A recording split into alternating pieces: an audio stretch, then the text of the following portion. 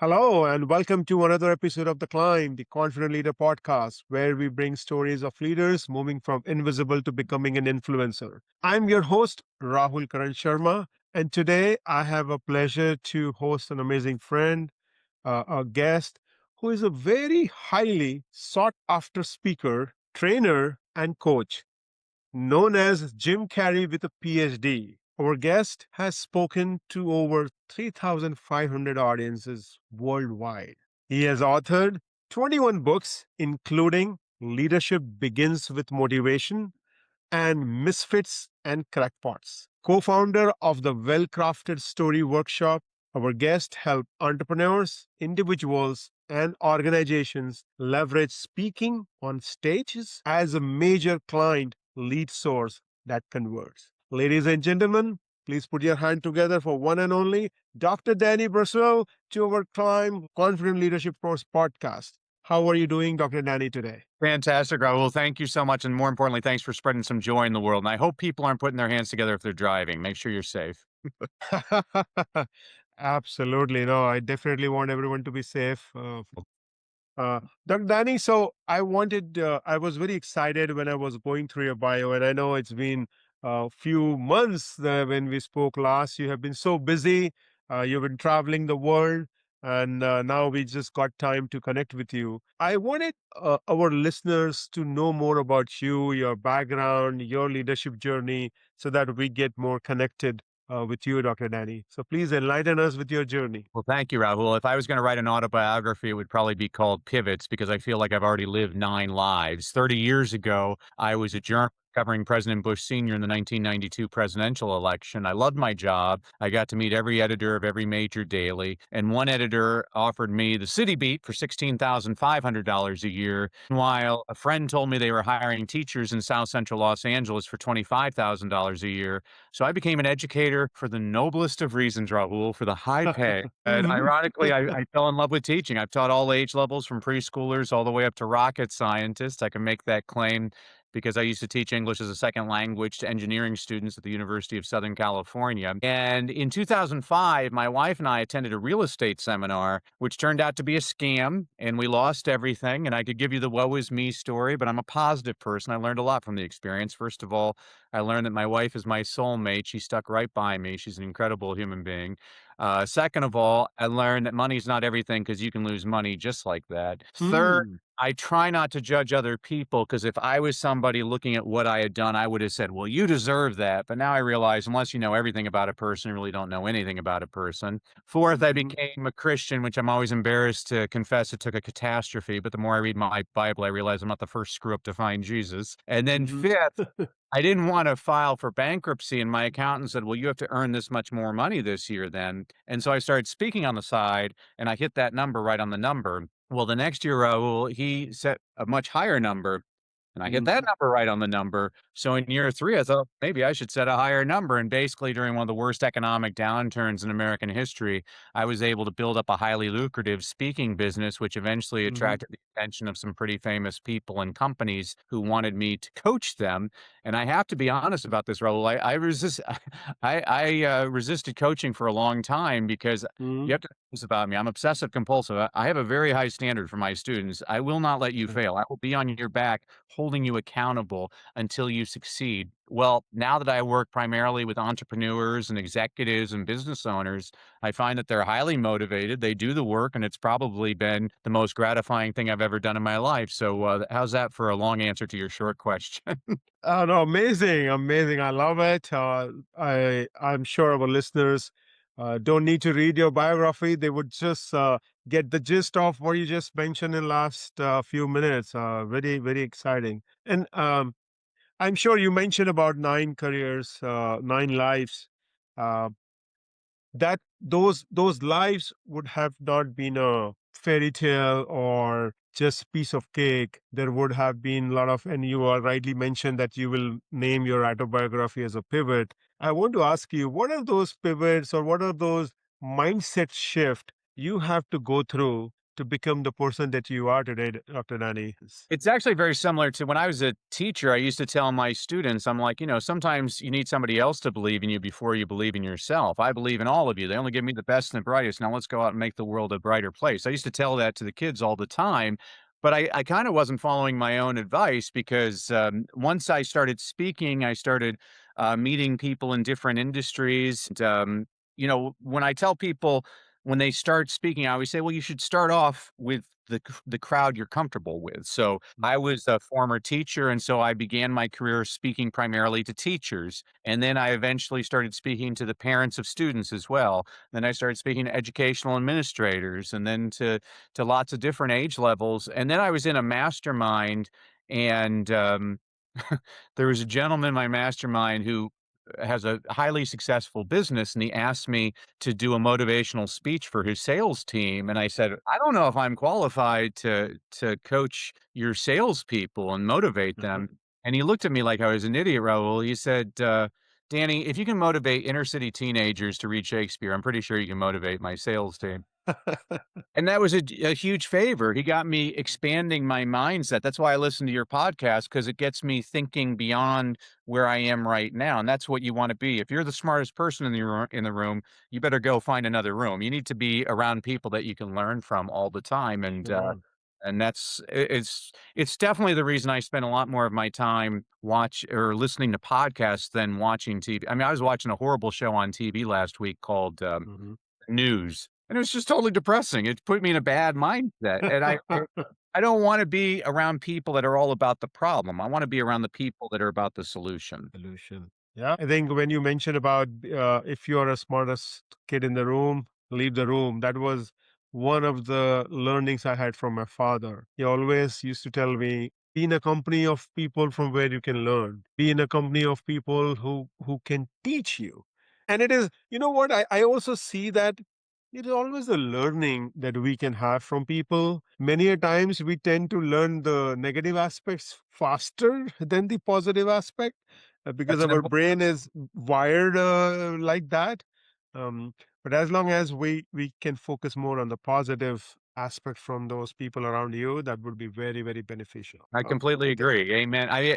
Walt Whitman said, "Be curious, not judgmental," and I guess that's Mm, what I was as a reporter. I loved learning about new industries and new people and stuff, and now even when I'm coaching people, I coach people from a variety of different fields, and, they're just mhm. fascinating to me, and I learn all the time. Wow, awesome.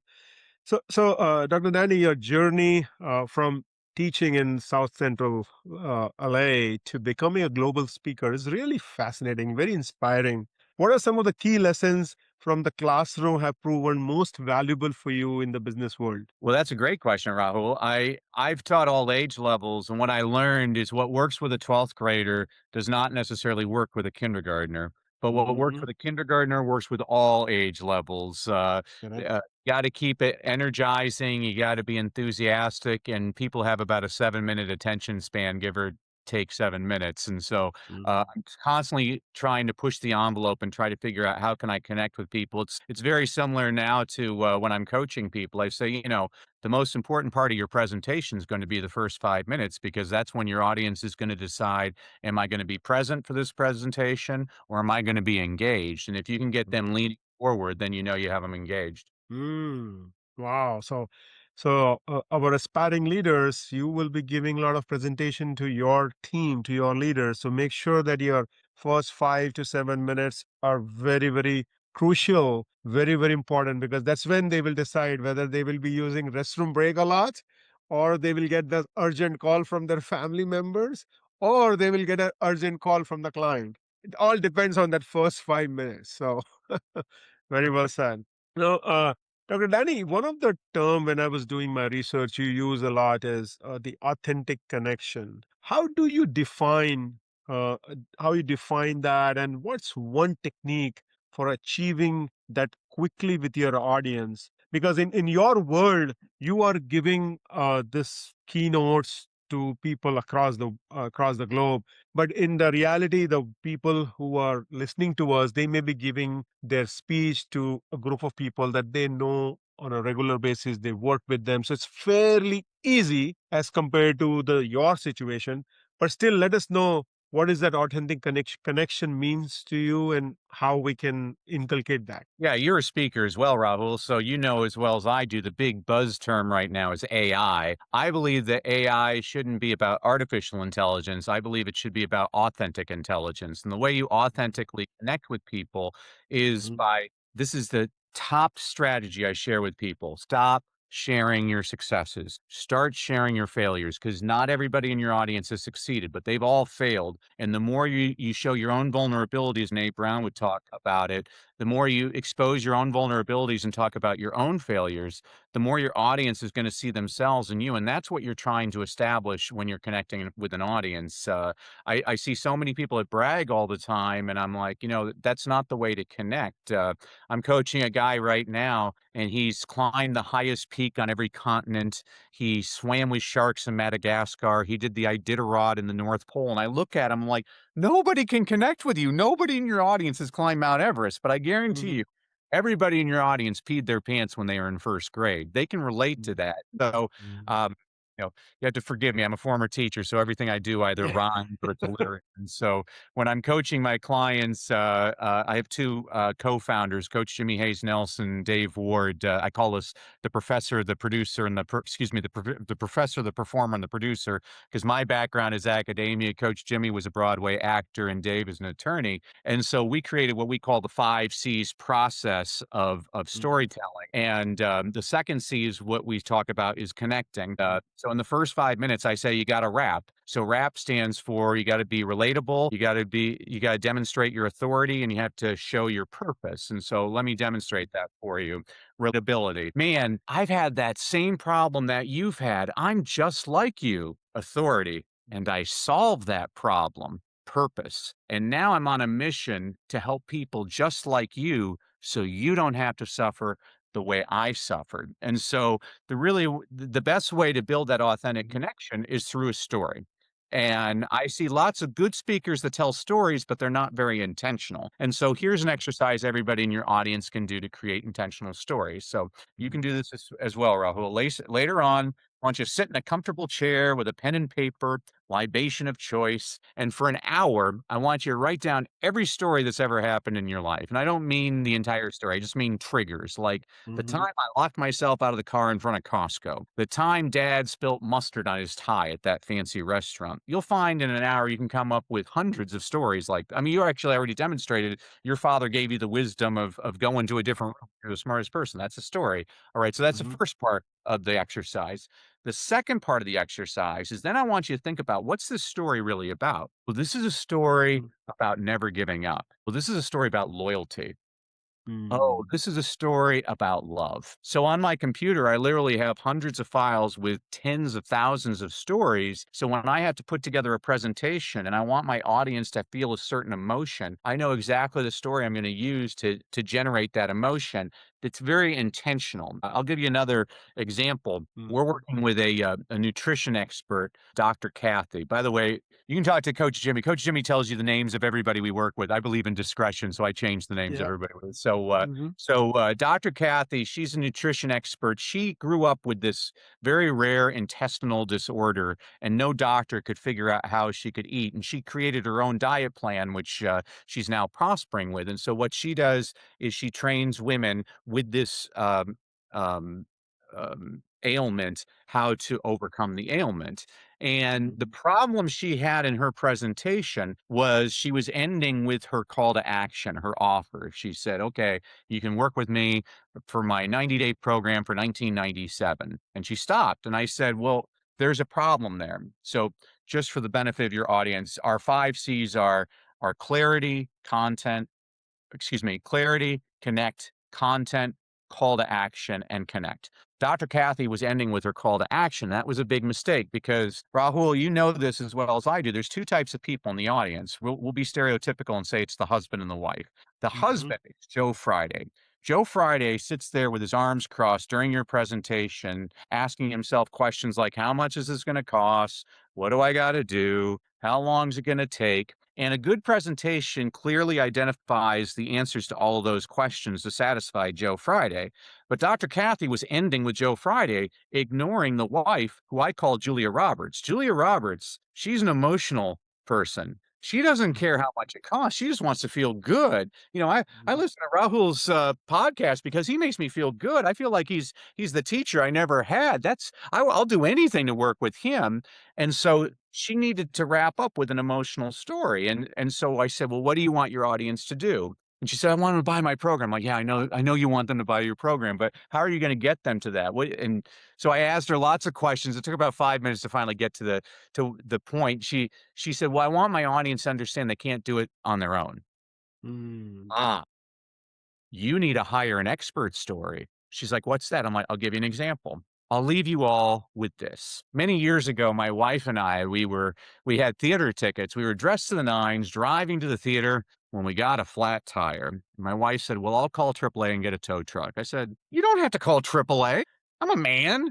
I can fix a mm, flat tire." And so I got out mhm, of the car and I opened up the trunk and I got the spare tire and then I got the pumper thing and then the big jack to undo the nuts and mhm, was trying to undo the nuts, and 27 minutes later, I have grease all over me. I have not fixed the flat tire. My wife is standing beside the car with her arms crossed, shaking her head like, I could have done so much better than this guy. Well, mhm, unbeknownst to me, she'd called AAA, and this tow truck shows up, and this 17-year-old punk hops out of the tow truck and proceeds to fix my flat tire in under 3 minutes.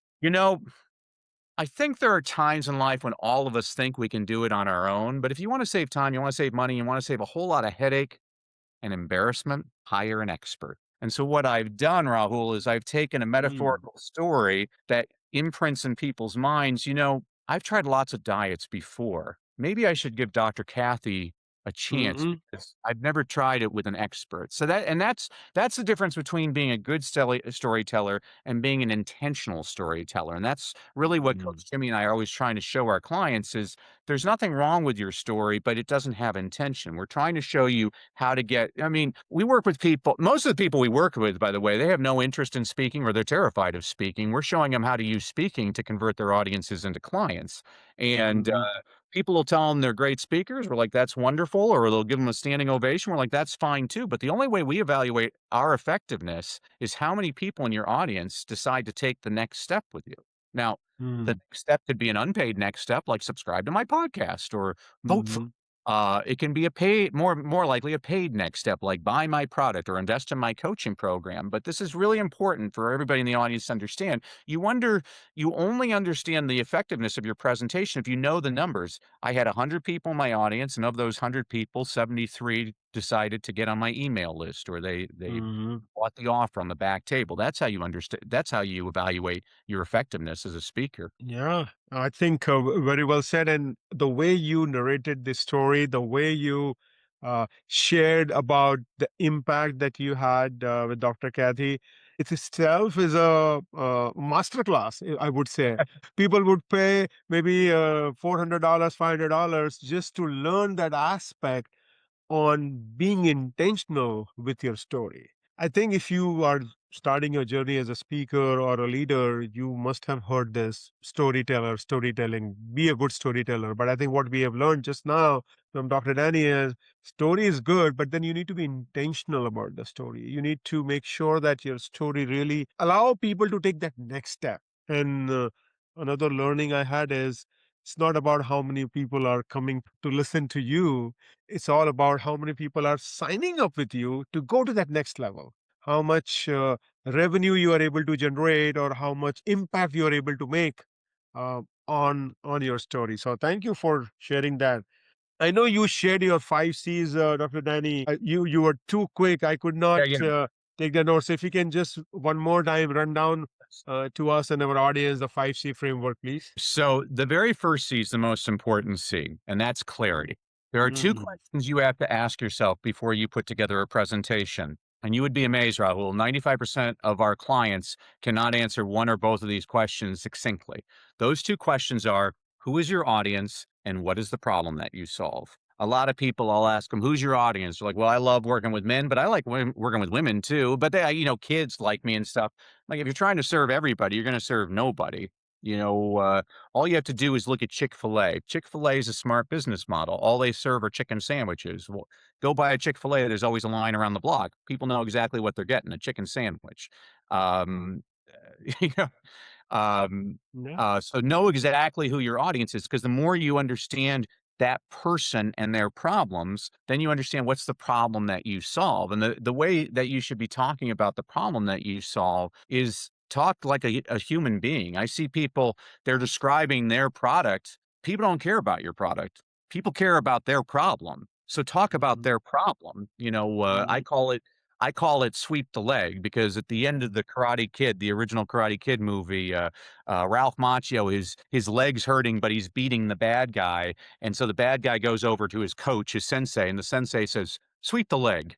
It's like, make it hurt a little bit. We'll see Mhm. how good he is when you make it hurt. It's the same thing with a presentation. If you and people think it's sales. I don't believe in sales. I believe in service. I think you should be looking at your audience as, these people are dying, and I have the antidote. And if they don't get my antidote, they will die. And if you look at it from Mhm. that point of view, it's a very different mindset. It's like, okay, what can I do to help my audience? And so once you understand who your audience is and what's the problem that you're solving, I mean, and even though we're crafting one specific presentation for you, this formula works for everything. And it's Mhm. flexible enough that it can be used in front of a ballroom, in front of a boardroom. It can be in the bathroom. We had one of our clients, he did his pitch at a urinal next to, hopefully he washed his hands. It can be done for a lot of people or a few people. It can be done live, or it can be taped, be virtual, or it can be in person.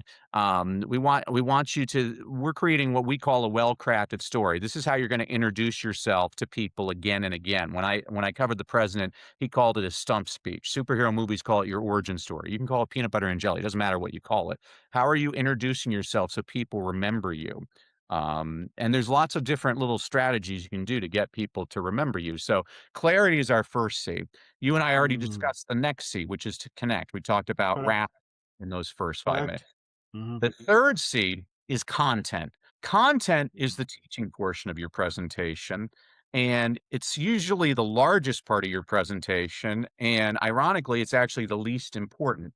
You have to bear with me. I'm the guy that loves research. The research shows us that people only remember the beginning and the end of your presentation. They don't remember anything in the middle. So, what's that Mhm. mean? Oh my gosh, the bun's more important than the burger. But what people do remember is, are you helpful? So, I'll gi one of my mentors, when I first started speaking 20 years ago, was a guy named Jim Mhm. Trelease. He's no longer with us. He's one of my favorite speakers of all time. He used to teach parents how to read aloud to their kids. In the Mhm. middle of his talk, Rahul, he said, "Oh, wait. Oh, I got something. This is gonna save your life someday. If you ever lock yourself out of your car, if you have your cell phone, call your significant other. Have your significant other put the car keys next to the phone. You put your phone next to the car door, it'll open up the car door." Rahul, I've tried this from 3,000 miles away. It works. It doesn't work on like newer cars like a Tesla or whatever, but I had a Toyota Corolla, and for some reason I didn't know that the thing opening up your car, it's like a neosonic sound or whatever, and it can Uh-huh. be broadcast over a cell phone.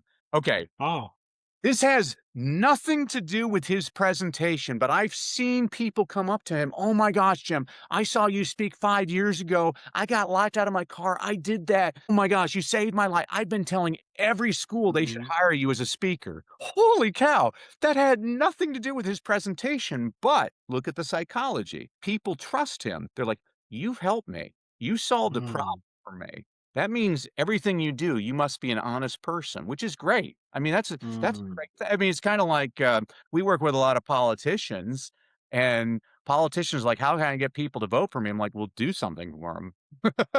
Not Yeah. that Yeah. difficult. I mean, I remember, I can say it 'cause he isn't a senator anymore, but, Senator D'Amato from, New York many years ago, they called him Senator Pothole, because he had, constituents would call up his office and complain about a pothole. He made sure the road crew fixed that pothole within the day. People remember that. They're like, "This guy gets stuff done." It's a small thing, but it was a big thing. And, Mhm. it's those little things. If you can do that, this is how you move your audience from just being an audience to being rabid fans. Like, oh my gosh, I got to talk. I mean, when I listen to Rahul's podcast, I always get 3 or 4 practical things. I mean, it's like having my own university without having to pay college tuition. That's what you want. Mhm. And so that's the Sure. content portion of your presentation. And then we talked about the call to action and the Mm. close of your presentation because you have some people in your audience that they're tactical learners. They just want to know the facts. Those are the Joe Fridays. But then you have a lot of your audience, they're emotional people. They're like, I want to feel good. I feel bad right now. And what's going to make me Hmm. feel good?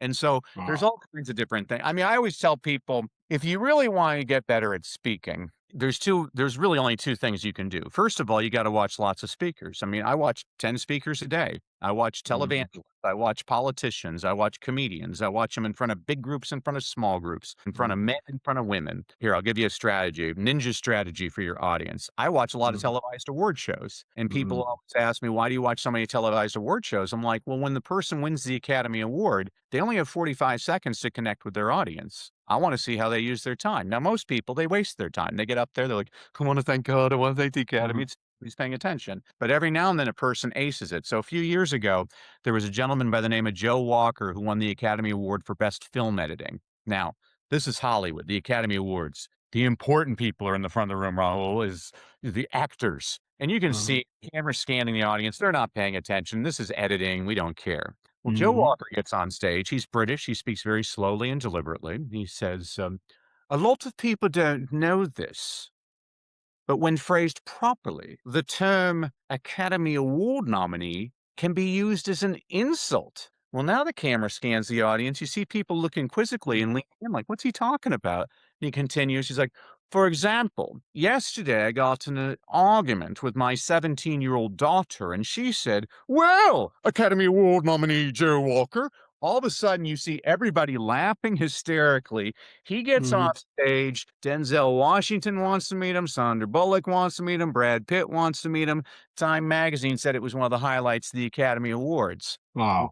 Joe Walker, 45 seconds. That's how you get people to remember you. And then Mm. the second way you get better at speaking. I've had lots of wonderful coaches and mentors throughout my life. One of them was a guy who's no longer with us. His name was Jim Rohn. And Jim used to say, you can't pay other people to do your push-ups. Translation, Mhm. you gotta do the reps.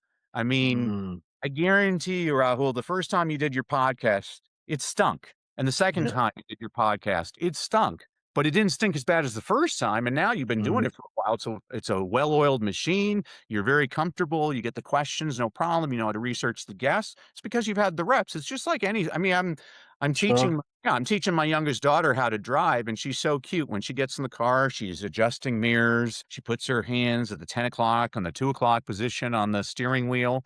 I promise you, in a year, she'll be driving Mhm. with hand, eating a Big Mac with the other, putting on lipstick, switching the radio station because it'll be so automatic because she's got the reps. And that's what I'm always working on with our clients is, hey, you're going to build up your confidence with the reps. Absolutely. I think the way you are bringing it up, a lot of people don't see that. A lot of people just want to get those gigs, speaking gigs, without spending time in doing those reps, without spending time in doing the homework to listen to other famous speakers. So thank you for giving those amazing tips. Now, Dr. Dani, one of the critical challenge that I have noticed with our C-suite leaders, specifically the CHROs, is the engaging leaders are not able to engage their people. Mhm. We see a lot of frustration in amongst leaders. The percentage of first time leaders not becoming successful is almost like 60 to 70%. So in your experience, what are some of the training or habits would you recommend these leaders can adapt that will really make them very authentic, make them more confident when engaging with their people? Yeah, I think this is what really differentiates us from a lot of these people that coach people. I've seen people, they coach people and they say, talk about the most tragic moment of your life. And there's three reasons why I refuse to do that. I mean, first of all, Hmm.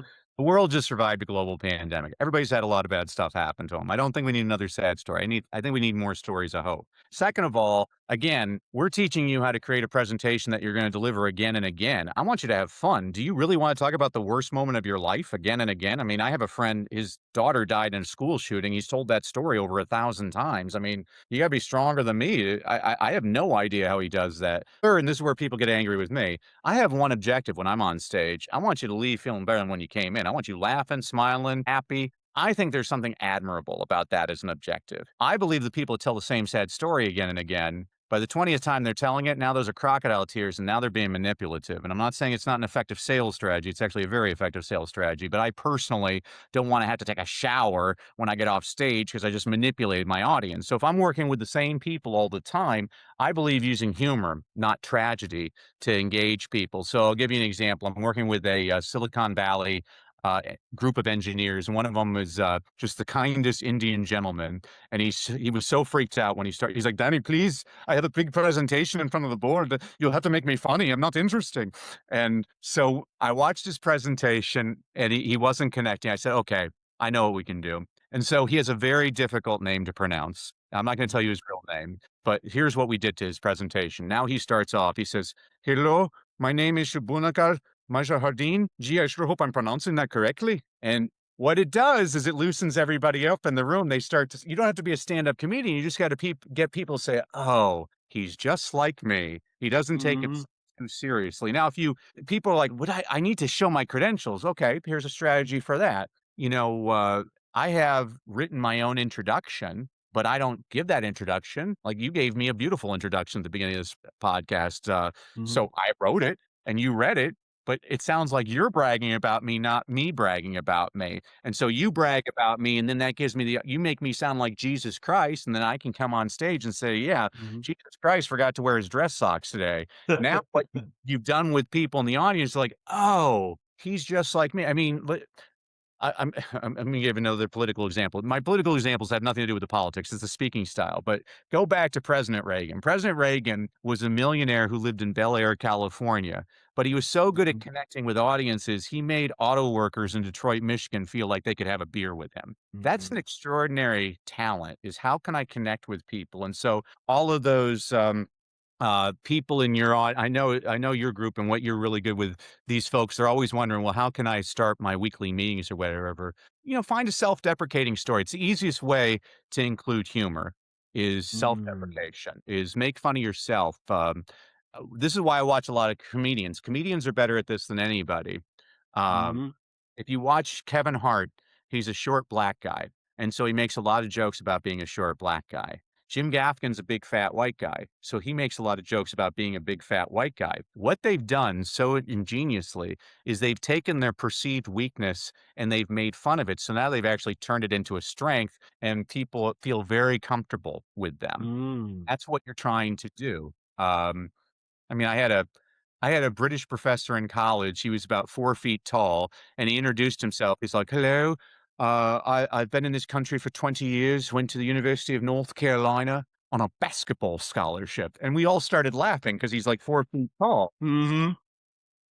People like to be around people that are experts in their field, but they don't take themselves too seriously. And so Mm. that's what you really want. I mean, we're working with a guy right now. So he inherited his father's company. So he's 34 years old, and most of the C-suite he's working with, these guys in their 50s, like, I'm not going to listen to this guy. He's 34 and he just inherited his company. And so Mhm. we created a story for. I mean, we're not fabricating the story, but we took a story from his life where he talked about how he felt in over his head, and the people around him rallied, and the story worked like a charm with the executive team. They're like, "Oh, he doesn't think he's better than me. He's just trying to figure out how we can all work together." That's what we wanted to do with the story. Mhm. You Wow. know, and I love that you're pointing this out because people think speaking is always in front of a ballroom. I'm like, actually, Mhm. it's not. A lot of the Yeah. people we're working with, it's on a sales call. How do you make yourself more effective on a sales call? Or you have your weekly meeting with your team. How do I make it so my team is engaged in the meeting and not dreading the meeting? So, and that those are practical situations. Sure.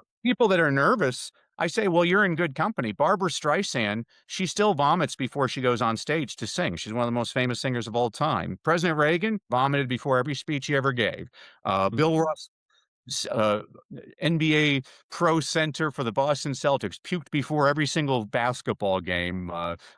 You're in good company. There's a lot of Mhm. people really good at what they do, but you don't know how nervous they are doing it. They make it look all Right. right, but Mhm. you Yeah. know, So not. I agree with you Yeah. because being nervous is normal. I think most of us, we believe or we feel that, okay, we should not be nervous. We should always be confident. Yes, you should be confident, but it's okay if you're nervous. That's perfectly fine. So, listeners, aspiring leaders, if you are listening to us, make a note of it. If in order for you to build authenticity, build engagement with your team members, use humor, loosen up. It's not always about being serious. Loosen up and I'm saying this in my growing age. When I was a first time leader, Dr. Danny, I was very serious. Mhm. Still, at times, I'm serious, but yes, I'm learning is that if you loosen up, it makes very easy for you to make that interaction, to make that conversation strike. So thank you for bringing that up. Now we are Completely. coming to our end of our show, Dr. Danny, and before we move to our next segment, I wanted our listeners who are really excited to work with you and your team, who are very anxious to know how you change the trajectory of so many people. What is the best way for people to connect with you and get to know more about your work? Well, as a thank you to you, Rahul, and your audience for bearing with all of my stories, I wanted to give everybody a freebie. So if you go to freestoryguide.com, guide like a tour guide, freestoryguide.com, I'm going to give everybody their own well crafted story blueprint. What this is the actual process that Coach Jimmy and I take our clients through to help you create your well crafted story. What this does is it takes the guesswork out of what do I put here and why am I putting it here? And what this means for you is the peace of mind that you actually have a formula, a system that can convert all of your audiences into clients. You can get that at freestoryguide.com. And again, Rahul, I'm so grateful for you having me on today. I think you're giving the world a huge public service with this podcast. Thank you, Dr. Danny, and it's been a very pleasure for us. And another thing which I missed, you mentioned use as speaking as a service. When you use or you think from that mindset of a service, it really is a game changer versus when you're using from a mindset of revenue generation or you're using from a mindset of gaining something out of it. I mean, yes, you will have that gain, but you don't start thinking or you don't start with that mindset. That's a byproduct. So thank you for bringing that up. Yeah, Now, it's not about you, it's about them. Always remember your audience comes first. correct. Now we have this fun segment, fun rapid fire round, Dr. Danny, where these 5 questions will be coming your way, and our audience would want to know more about you as a person. So, without thinking too much, we would want to get the response of these 5 questions. The first Right. one is a quotation you live by. Okay, well, I'm using humor, so I'm thinking I just watched Blazing Saddles, a great movie again the other night, and Mongo says Mongo only pawn in Game of Life, so I'll use that one. But I gave you a good one earlier, the Walt Whitman, be curious, not judgmental. But I got a Yes. zillion of them all the time. Okay. Are you a morning person or a night owl? Definitely a morning person. Okay. What is one daily routine you never skip? I always read. And what is one leadership skill you wish someone would have taught you earlier? Be a better listener and be more humble. And the final one, if your career were a Netflix series, what would be the title of season one be? Okay. All right. I'm sure it will be a blockbuster. So, There. thank you for being here, Dr. Danny, and really appreciative of your time. As a ritual, I will share my learnings from the show. There has been so many golden nuggets that were dropped by you. Folks, if you're watching us on YouTube, now is the time for you to put it in comments. What is your biggest takeaway? If you're listening to us on Apple Podcast or Spotify, do mention in comments or engage with us on our social media posts to share your biggest takeaway. For me, really challenging to identify those small or maybe top three because throughout this episode, Dr. Nani has shared many. The first one I would say is don't be the smartest person in the room. If you are the smarter person, find a different room. You need to be around people from whom you can learn. The second aspect was AI is not artificial intelligence. AI is on authentic intelligence. So how you can be authentic, how you can be more credible. That is what should be your goal as a leader, as a speaker. Another aspect that Dr. Danny shared about the storytelling was a wrap. Uh, be relatable, be authoritative, show your authority, and then show the purpose. So, relatable, authoritative, and purpose. If you have these three components in your story, that would be amazing. Uh, Earlier, Dr. Danny also mentioned use humor to engage with people. Use story and be intentional about your story. It's just not about sharing a story. Be intentional. And finally, the 5 C's framework that he and his team works with is all about the clarity, connect, content, call to action, and close. These are the 5 C's framework that he teaches. And I'm very confident that in last 30 to 45 minutes, there have been so much of great, enormous amount of learning has happened. Takeaways that we can really implement right away. If you want to become a great speaker, check out Danny's website, check out the work that he does, his team does, and I'm very sure that you will see value coming from it.